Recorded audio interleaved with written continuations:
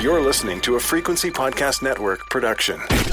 The Brock and Dalby Podcast. This is the Brock and Dalby Podcast. Welcome to Friday. My name is Brock. I'm Dalby. Yeah, we're doing an off-air podcast today because here in Kingston we did our second annual Wake and Bake.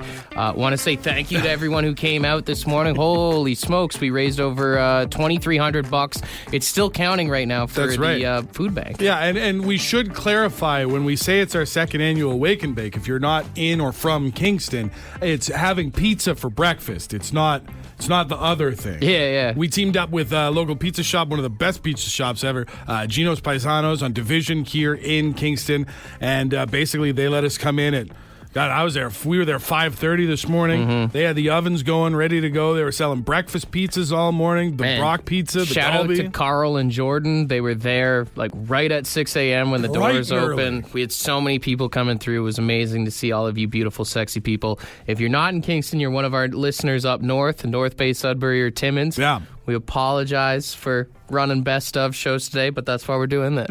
Can I say I am upset with you, though, from today, from the Wake and Bake? What did I do? After we were done, before we came here to record the podcast, I decided, because we did our own slices of pizza. I did the Dalby pizza, the PhD, pepperoni, honey, and Doritos, which is a bit of a gimmick, but I thought it was pretty good. I did the Brock's Meaty Ball Pizza. We had the nice meat sauce that they have at Gino's Paisanos there as the base sauce, your cheese, your meatballs on there, some sausage, bacon, and the Firehouse sauce on top.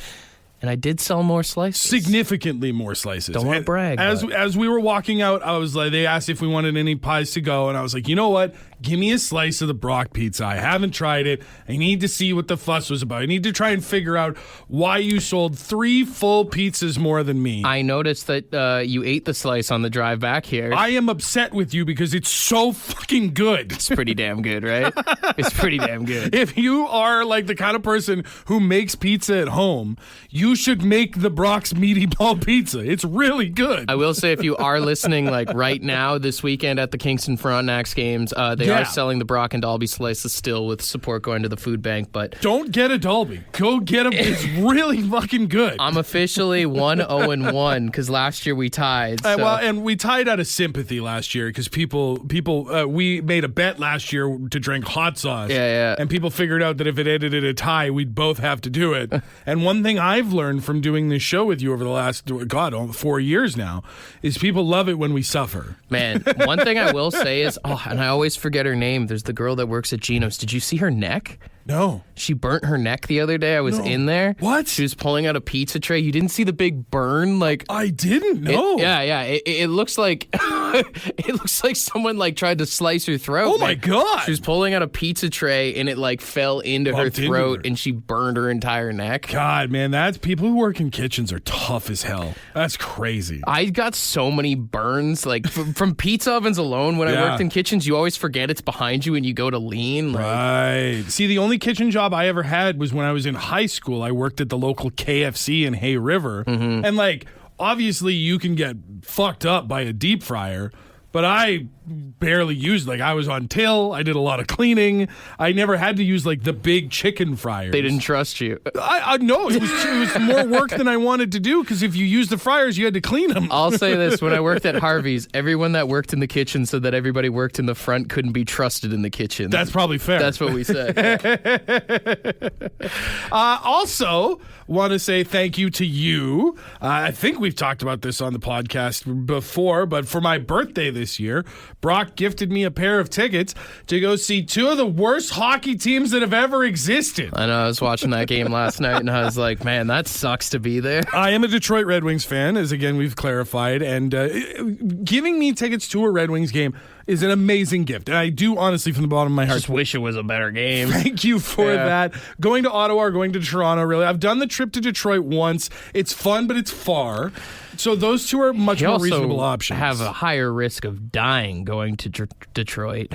I mean, going to Ottawa some days feels like it could be the same, but that game was brutal last night. Yeah. Oh my God. The one highlight is they brought back we're talking a lot about pizza. The pizza line was there last night. They had Alfie. They had Danny Heatley and Jason Spezza reunite there. Can you explain, because I was never a big Senators guy. I didn't follow the team when I was living. Like, I know who those guys are, obviously, in their history with the team. I'd never heard until yesterday when the crowd started chanting pizza. Why are they the pizza line? I actually don't know. Yeah. I mean, maybe they all had acne at the same time. Is that what it is? What a shitty nickname. I will for say, three though, pro hockey players. I saw Kyle Bukauskas, I always say his name wrong, interview Danny Heatley yesterday. Yo, that dude's hairline is ridiculous. It's so great because they're showing. I didn't know that they were doing this, right? Until we're in our seats and the game's about to start. And all of a sudden they start rolling this like highlight reel on the Jumbotron there of like the old days with these guys when they were playing in their prime. And they're young, strapping young lads, handsome looking hockey players, right? And then they start walking them out, and Jason Spezza comes out first. And he looks like Jason Spezza, just a little bit older. But then Heatley comes out second. I said it to my girlfriend, Mallory. I was like, whoa. Yeah. Dude, Might have thrown on a... And I say this as a bald man who took a lot longer to shave it off than he should have. My guy needed a hat last night. Dude, throw up a photo of Danny Heatley's haircut right now, like down in the podcast links. Everybody needs to see this. It's just wisps of hair. Like, I don't get it, man. What's the incentive to want to keep that? Is it just the fear of accepting that you're bald? Because everybody can see it already. I think that's it, right? Like, and I mean, in my estimation, Danny Heatley's probably got enough money to get on the fin, like to take some meds to try it. If he wants to try and make a comeback, he's got the money to make it happen. But to either shave it off or start taking medication when you start to go bald is the acceptance of I am now a bald man. Yeah. And I, again, as somebody who rode it a lot longer than he probably should have before you finally were like, dude, you got to do this. It's tough to accept. I don't know. It's like you feel like you're going to wake up one day and you're like, oh, no, it's coming back now. He literally fine. robbed the Ottawa Senators at one point, like of so much money. He couldn't have gone on a trip to Turkey. Which also, I'll say this. I don't trust anyone who ever says they're going to Turkey from now on. Yeah. It's like if you hear a buddy say they're going to Thailand, you're like, I know what you're doing. You know what I mean? Well, that's the thing is like, I can safely say that up until this whole idea of like the Turkish hair transplant, I have never known anybody who said they were going to Turkey. Like, Turkey is never one of those places I've ever heard of as being high ranking on a tourist list. Yeah. So now all of a sudden there's this crazy medical procedure that seems to be done specifically in this country, and all of a sudden the tourism is up. It's pretty suspect. I don't know the logistics of it, but it's kind of like how Austin Matthews went to go see that doctor in Germany. Have you heard about why he went to Germany? No. So they say, I didn't even know he went to Germany, if I'm being honest. So when he was injured there a few weeks ago, they didn't specify what the injury was, but then all of a sudden it was leaked that he's going to Germany for some treatment. Okay. And then I guess Christian McCaffrey, Cristiano Ronaldo, and like a bunch of other players have used this doctor in Germany. And what he does, if I'm not mistaken here, this is what I saw on like online. Hang on. Allegedly, there we go. Legally, we're covered. Allegedly is that all these athletes have gone to this doctor in Germany, and what he does is he injects like baby cow blood. Baby cow blood? I don't know why, but he uses like baby cow blood and injects it into like athletes wherever the injury is, and I guess the blood cells or whatever it is supposed to react. I don't know the science behind it. Right. But it's supposed to do something to make the injury heal faster. And all these athletes have done it. And obviously it's not regulated in the United States or Canada. Well, yeah. So he had to exclusively fly out to Germany. And dude's come back and he's been lighting it up since. Like, I don't know what's in that baby cow blood, but sign me up, man. Whether he gets injured or not, just before playoffs, they need to ship him over for another dose, a top-up of baby cow blood. I love veal. Yeah. So I think I would enjoy this. I mean, maybe. See, but that's like, I'm trying to figure out, like, what's the science? And the only way that it makes sense to me is if you take the baby cow blood and you inject it directly into the calf. Yeah? That's what Christian McCaffrey did. That's exactly what he did. Although his calf did explode like 2 weeks ago. Dude, so I don't know if it's like because I'm getting older or because like we know more scientifically and medically about like injuries and the devastation that they cause on athletes. But I am having a harder and harder time watching like SportsCenter or The Loop on Sportsnet or any of these things because I can't watch injuries anymore. I saw that clip of Christian McCaffrey as I was scrolling on X the other day when it happened, and I almost puked. And it's not even a bad one. It's just like his calf muscle rolls up. His calf looked like someone's Honda Civic that's got like way too much bass in it in the windows. You know, when it like boom. Yeah. And I saw that and I was just like, whoa, oh God. Like I can't. It's the same reason I don't watch football the same way that I used to watch football. I don't watch UFC anymore. Like I'm so scared of people getting hurt now. If his calf did that while running, imagine what it's like when his calf locks up when he sleeps. You know when you do that thing in the middle of the night and you're like, ugh. The cramp? Yeah. Where your leg just starts shaking. You're like, oh no. Yeah. I will say there's one thing I wanted to talk about was yesterday I went to the Circle K by my house to go get a lighter. Okay. And there's like that high school right by there. Yes. Yo, fuck high school kids. What did they do? Dude, they suck, man. They suck so bad. I was standing in this Circle K for 10 minutes just waiting to buy a lighter, and they're all over the store. Yeah. They're yipping and yapping. And then it is like this weird thought where I was standing there, and I was like, damn, this was totally me like 10 years ago. Oh, brother, this was all of us. They're so annoying. They don't shut up. And then there was actually a principal standing in the Circle K. Really? And the lady that was working there was like, what are you doing? And she's like, just making sure everyone behaves. And I remember like they had to do that because in high school, everyone would go to the Loblaw or Superstore by our high school and just steal shit. Oh. And so that's probably what's going down. Like high school kids, you guys suck, man. Like, you'll turn around in a few years, but you think you're so cool at that age? Dude, I can remember there was a convenience store right across the street from our school back in Hay River. It was called Basil's or something like that. Yeah. And it was the same thing, man. In between every class, recesses or lunch breaks, kids would just flood over across from there because they had like a couple arcade machines, a foosball table, and then, candy, pop, all that stuff.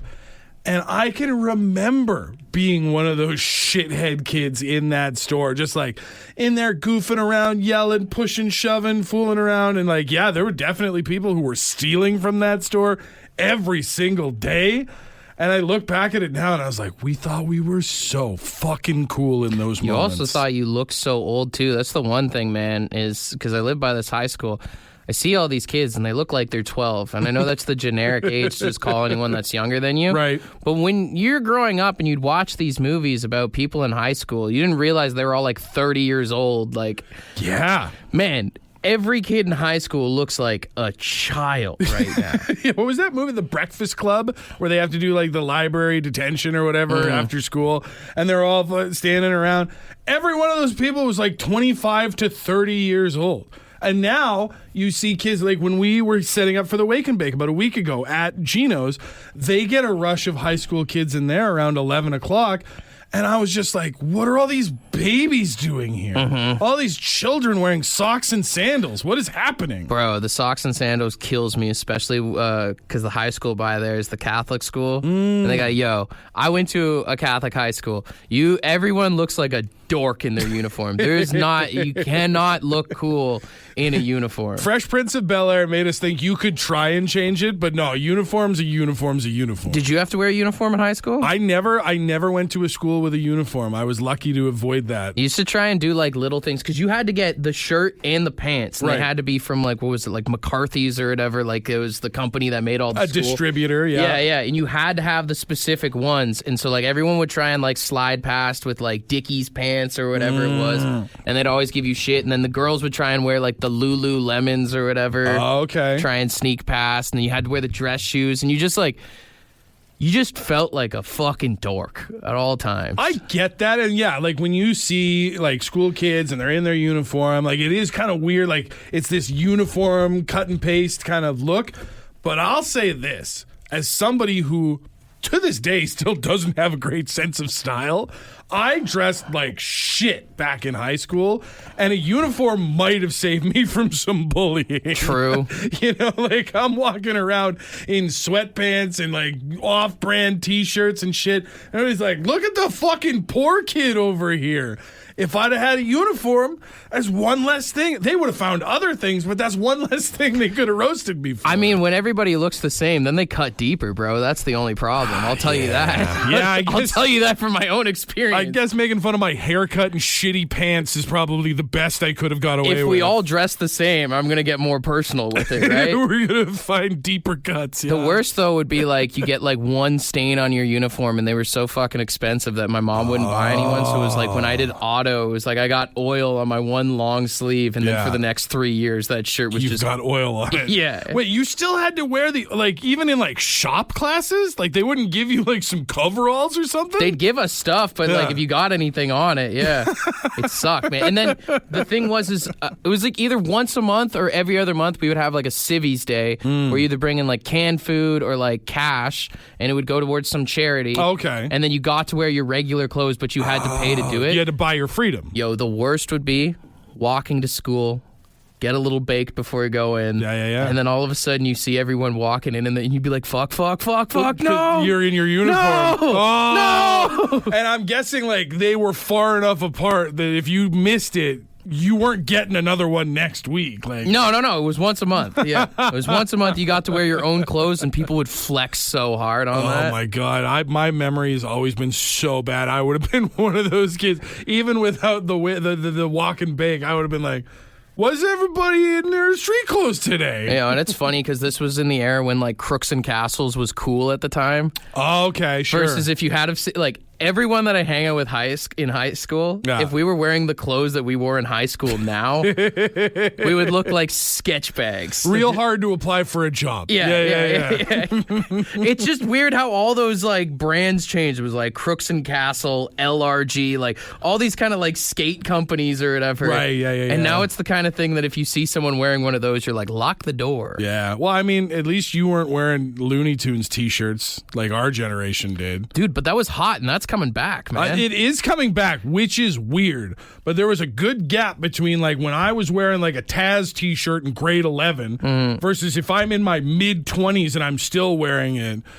Nobody thinks that I'm sketchy, but people maybe think that I'm missing a handler. I don't know, man. Though, like all the '90s style is what the kids are rocking right now, dude. Even corduroy is back. Corduroy was like the kind of shit that you wore if you couldn't tie your own shoes. Corduroy's just an objectively bad material. Like I don't understand why it was popular in the first place. I can't wrap my head around how it could possibly make a comeback.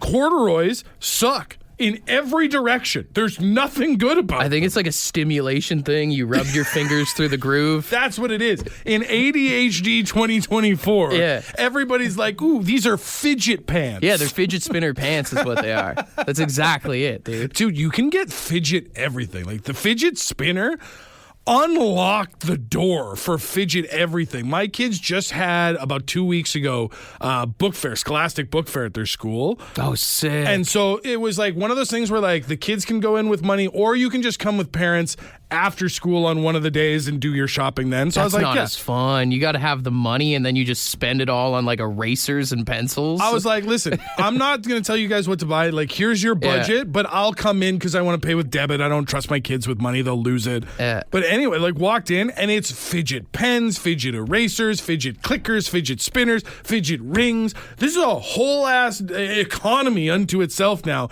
It's just not paying attention to what you're doing. Oh, yeah. Everything's just a huge distraction. I just used to go into my dad's like toolbox and grab like his ratchet set and spin it around. I mean, I guess I can't really talk. Did I get rid of it finally? I used to have, and you know this, I used to have this like Velcro thing over here that I wrapped around my finger and put a thumbtack into. Yeah. And I would just tap it on the desk while we were doing the show. So I guess maybe I should get a fidget pen too. I mean, even if you're a smoker, it's kind of the same thing. Like, it's just having it in your hands sometimes, right? Oh, dude, having the lighter to like just sit and flick with or to spin around in your hands. You take out a cigarette like 5-10 minutes before you're about to go for a smoke. You play with that, keep it by in your ear, hang it off your lip. The actual smoking of a cigarette was a very small part of being a smoker. I will even say, like, there's the Norm Macdonald joke of, like, it's an oral fixation, but there is something about, like, having a cigarette or, like, anything like that in your mouth. Like, I don't know why it feels good. Yeah, I mean, I'm off the smokes, but now I'm finding like I'm going through gum and Tic Tacs like crazy, just for that same thing of like You just need something in your mouth, not to be that guy. Not to try and be gross, but it's like I just need something, and especially because I'm in my car, and I used to be one of those gross people that would smoke in my car. So now I get behind the wheel and like I have a box of Tic Tacs in my car at all times, and I'll get behind the wheel and start driving in the morning, and I like instinctively pop 2 now, just because I'm like, well, this is when I would have normally lit a cigarette. I need something to keep me sane. Dude, even I have this weird thing where I feel like my tongue is longer than my mouth. Does that make sense when I say that? Yeah. Where if you close your teeth, you can feel like your tongue wants to be further than it. Yeah. Does that sound stupid? No, it's yearning to be free. So sometimes I do feel like I need something in my mouth, or I feel like my tongue's just trapped. I know that's like the dumbest shit I've ever said. You need something to tame the beast. Please, nobody clip that. I swear to God. This clip is going to be all over TikTok by the end of the weekend. I don't know how Gene Simmons keeps that tongue in his mouth. Honestly, when you think about it, like the ease with which he is able to get it out for promotional photos or for when he's on stage and stuff like that leads me to believe that it's essentially spring-loaded. Like, he opens his mouth and it's a fight to keep it in. Is it true that he got tongue enhancements? I always heard that was a rumor. Tongue enhancements? Yeah. I don't know. I don't think I ever heard that. Because that's like, it's an abnormally long tongue. Absolutely. I don't think anybody could look at it and be like, yeah, that's average. It's too pointy. That's a significantly sized tongue. Yeah. Did he get implants? Maybe it's a prosthetic. Do you think that like when he's home alone, there's like a little part of his tongue that he can like detach? Like it's just like a mechanical prop that he puts in for public appearances? Hate to make out with that guy. That would suck. Dude, I mean, like, you know, if it was a girl, like, that thing gets shoved in your mouth, you could choke. Yeah. You could literally choke. I feel like he would have to make a conscious decision when he's in that moment of like, I can only go at about 30-40%. I can't go all the way. I'm going to Google here. Is there a photo of Gene Simmons eating ice cream? Because I wonder what foods he really just goes to town on. He's got to be a 2-scoop guy. Yeah. You can't, if that's his real tongue, he cannot eat 1 scoop at a time. It would be over. I can't find a good photo of him. There's, all the photos of him eating ice cream is with a spoon. I'll tell you right now, there's no such thing as a good photo of Gene Simmons licking an ice cream cone. But that does make sense. If his tongue is too overbearing for an ice cream cone, he would have to become a cup and spoon guy. He's probably like a dog where he's like... You know what I mean? Where like the tongue flops up and then it flops down and gets like the double action. Gene Simmons eating soup like a dog. Just imagine Gene Simmons eating, you know what? Buddy going to town. He's across the room. He's like, I got you. I'll take you. Old tongue daddy over there. God, I remember when I was younger, like that was a thing that guys tried to emulate. And I grew up in school in the 90s/early 2000s. Never mind kids that grew up 70s, 80s, or whatever. Like, that was a thing guys would try to do, the Gene Simmons, like, tongue flick and stuff like that. But, like, as, like, a hot guy move? Yeah. And now I think about it, and I'm like, if you did that to someone, like, imagine seeing a girl from across the bar and going, and doing the Gene Simmons tongue thing. I have to assume the success rate on that is very low. Almost non-existent. I don't think that works. I mean, it's had to have worked for... It probably has worked for him. I think if you're not built like Gene Simmons, it's not as attractive or interesting or intriguing as it is when Gene Simmons does it. Does Gene Simmons have the greatest tongue of all time? I mean, in terms of like physical dexterity, the Guinness people probably would have someone they could put up for like someone who has tongue-related gifts, records, that sort of thing. I would say that without a doubt, he has the most notorious tongue. All right, so the world record for longest tongue is held by Jenny Duvander. Circumference of 13.275 centimeters. Circumference, so all the way around. 5.21 inches. Damn. Yeah. Damn. That's crazy, right? 5 points. So she's almost serving up a 6-inch sub every time she sticks her tongue out. The thickest tongue is held by Braden McCullough. Attaboy, Braden. 6.3 inches wide. How do you even, I mean, I guess. He's just got a chode of a tongue. Dude, that's like a pop can tongue. That's bigger than a pop can. That's crazy. Like, I just assume life is more difficult with that much tongue in your mouth at all times. Like, even, what do you think happens to this Braden dude when he bites his tongue? You know when you bite your tongue and it swells up just a little bit, so then you keep biting it? Is that just the permanent hell this guy lives in? Oh, for sure. Just constantly gnawing on his tongue like shitty beef jerky. That's what I would assume that his life is like. I would be miserable with that much meat in my mouth. It's like a cow tongue, dude. That is it. Now I gotta see. Let me see. Gene Simmons tongue length. Tongue stats. Tongue stats. Give me the hockey card. Give me the hockey DB on Gene Simmons' tongue. Now this has got to be bullshit because the world record I just said was 5 inches long. Yeah. They say that his tongue is up to 7 inches long, and also he has it insured. Well, of course you would have to have it insured. That's like J-Lo when she had her ass insured. Oh, does she? I don't know if she still does. Yeah. But in like peak Jenny from the Block era Jennifer Lopez, that blue-green dress, you know the one I'm talking about. Yeah. She had her ass insured with, Lloyd's of London. Is this insurance company, I believe it's in the UK, or maybe the name is just leading me astray, but they insure all kinds of stuff, like pretty people's faces, Gene Simmons. I bet you it's with Lloyd's of London. That would be my guess. If you had to insure one body part. On me? Yeah. Oh, God. It would probably have to be my vocal cords, right? I mean, that's how I make my money. If something happened tomorrow where I got some rare debilitating disease that only affected my ability to speak, if I became mute, I would need some sort of insurance policy to be able to feed my kids. So do you think porn stars probably do, their junk? Oh, I would have to assume. Yeah. Yeah. And I mean, listen, some of those people, the ones getting the implants and those sorts of things, both in the front and the back, they're investing a lot of money, so you would want that insured to some extent. That would be the funniest insurance claim of all time. It popped a tit. Yeah. I went from a D to a C. Yeah, we're gonna need to fix this out. It's really impacted my ability to get work. To be the guy that's got to come over to your house for the insurance claim for that one. That was the thing I was thinking. Oh my God! Is even for this Lloyd's of London, the people who are insuring asses and tongues and all sorts of things. That means they would have insurance adjusters the same way a guy comes to look at the damage on your car. Yeah. He would have to come over and inspect the property of a person and be like, oh, wow, that tongue's really mangled, Gene. I think we're going to have to get you a settlement. If you got your penis insured and then something happened and you had to make an insurance claim or say it was a work thing, like a workplace injury, right? Yeah. Like my dad got injured at work, and I remember for like years after, we would see the insurance people like at stores, follow him around, making sure like he wasn't doing side jobs or anything like that. Do you think if you injured your penis that like dudes would be like checking in on you? You're standing at the urinal, all of a sudden you see some guy like just peeking over. Checking you out, yeah. I mean, I would have to assume it would. You know what it was? It would depend on the size of the payout.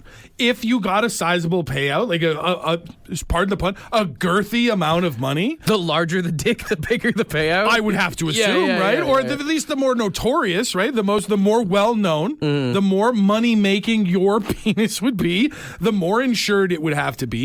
The more insured, the more scrutiny you would probably receive. But I'll tell you this, when you hear about people who are like, they file an insurance claim because their house caught fire and all of a sudden they had a PS5 and a 70-inch TV and all that stuff. You start making up measurements. Hey, I was in a car accident and all of a sudden my 7.9-inch penis. Bro, I lost 4 inches. Yeah, that's just look at it now. Yeah, this is what it, I think you would naturally be I didn't inclined. Always have a micro penis, okay? that was the accident. That was purely because of the accident, and I need to be made whole again. Yeah. I wonder if you could have got an insurance before your vasectomy in case anything went wrong. Oh, I honestly, I believe you probably could have. Where are you at on that, actually? Like, you got the vasectomy, has it been a month? Yeah, I think it's been a month. Is the chamber cleared at this point? It's 3 months. Oh, it's 3 months. You got to wait 3 months. It's like a probation period. And I have a quota.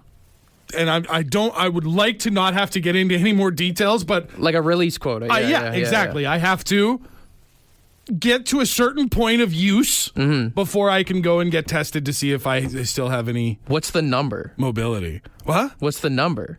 30. You gotta do. I gotta clear. Oh, that's 30. rookie numbers, dude. That's rookie numbers. Well, keep in mind I was on the shelf for about 2 weeks, Yeah, right? yeah, There's a recovery period and stuff like that. But yeah, you have to. This is so weird. You have to hit 30 before you can go get tested, and that just ensures. Do they have a reason why it's 30 specifically, or is that just I just assume ballpark? I assume it's just over time. That's the number they've gathered. Maybe every time a guy came in to get tested, they would ask him like, "Hey, where are you at?" I always wonder how people figure that shit out. Right, like you're right. Like Someone had to figure it out. Some doctor, scientist, health practitioner along the way figured out that an average of 30 discharges is the safe zone to figure out if you are free and clear. He's like the coach in Miracle again. Again. Who do you play for? I got nothing left. I got nothing left.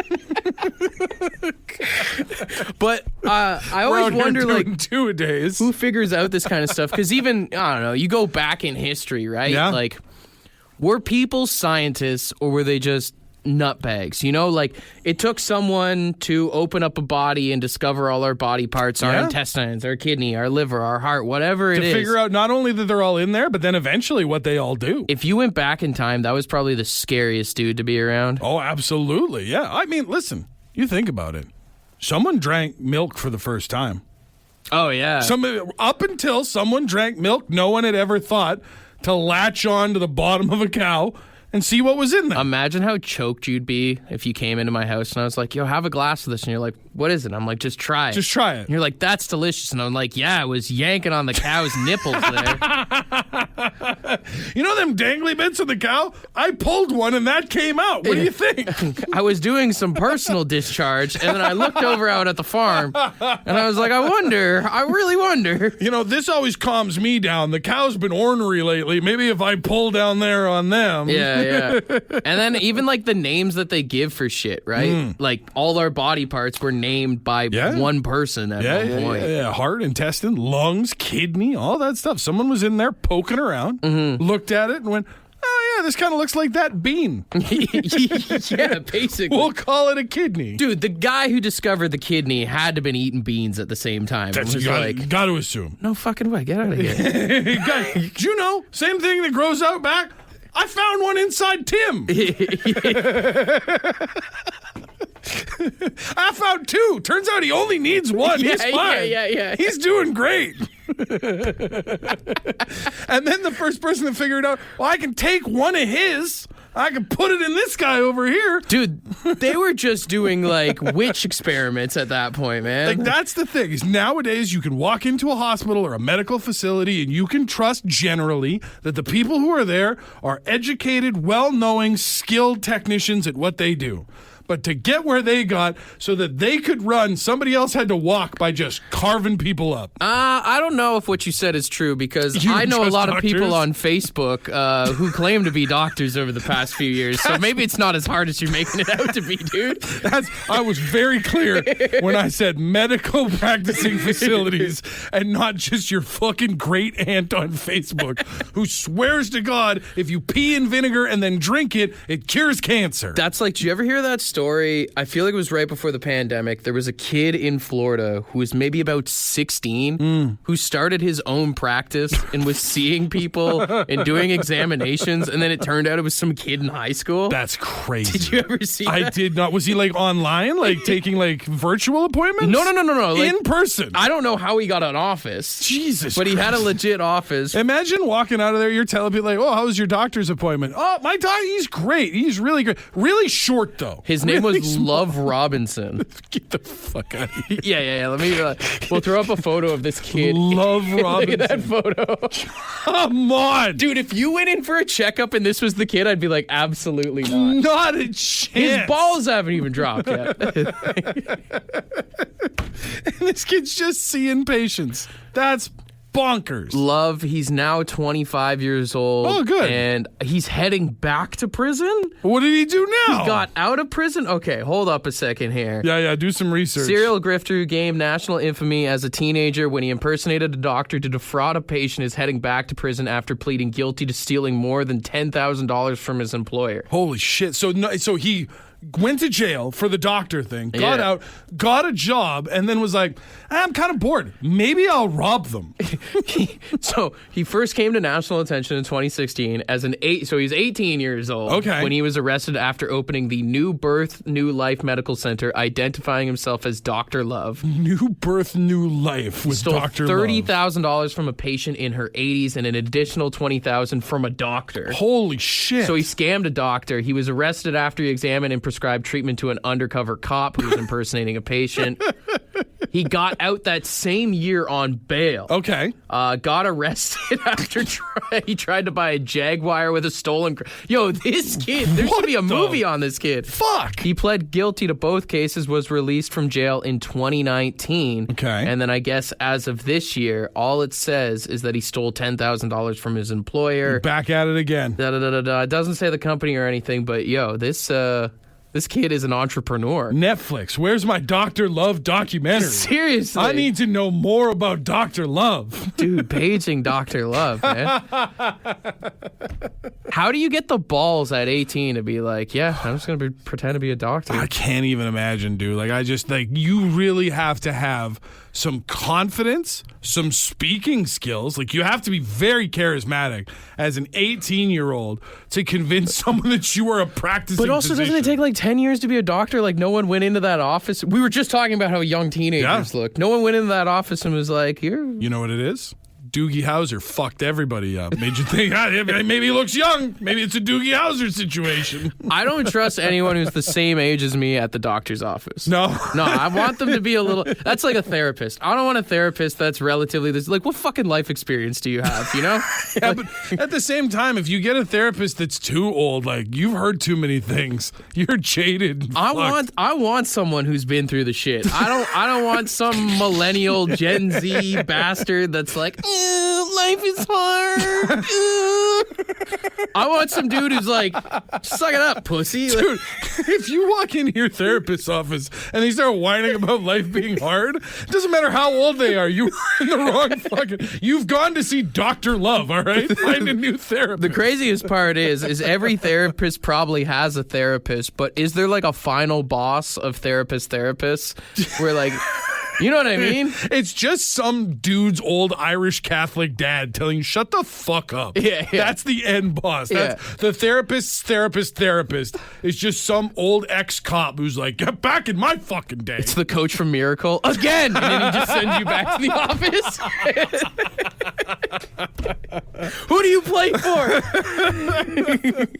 Well, with that full circle moment, I think it's about time to wrap up. It's been a long morning. It's been a fun week. Let's not do this anymore. Let's get back to it on Monday, but let's say goodbye for now. Yeah, I got to get out of here. I got an appointment with Dr. Love, so... I might go get more of that Brock pizza. I'm not going to lie. All right, we hope you guys have yourselves a fantastic weekend. Thanks to everyone who came out for the Wake and Bake, and y'all keep it sexy, all right? Bye, everybody. For more Brock and Dalby, tune in weekday mornings 5:30 to 9. The Brock and Dalby podcast is brought to you by badshop.ca, the Brock and Dalby merch store, with all proceeds going to the Canadian Cancer Society.